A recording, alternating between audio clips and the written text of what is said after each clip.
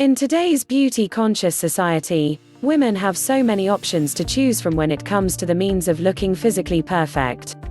They can choose in the variety of treatments and products that promise appealing, yet oftentimes superficial, beauty benefits. But you see, you don't really need to spend a lot of money just to have a smooth and flawless skin.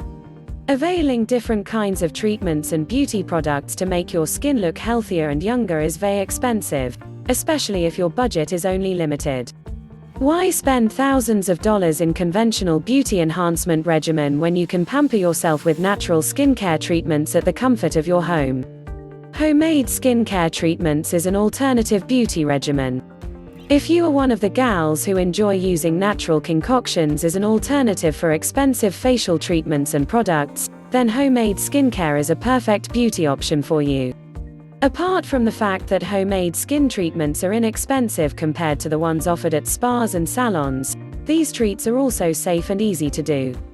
It is also actually fun doing this type of beauty regimen, especially if you try it with friends.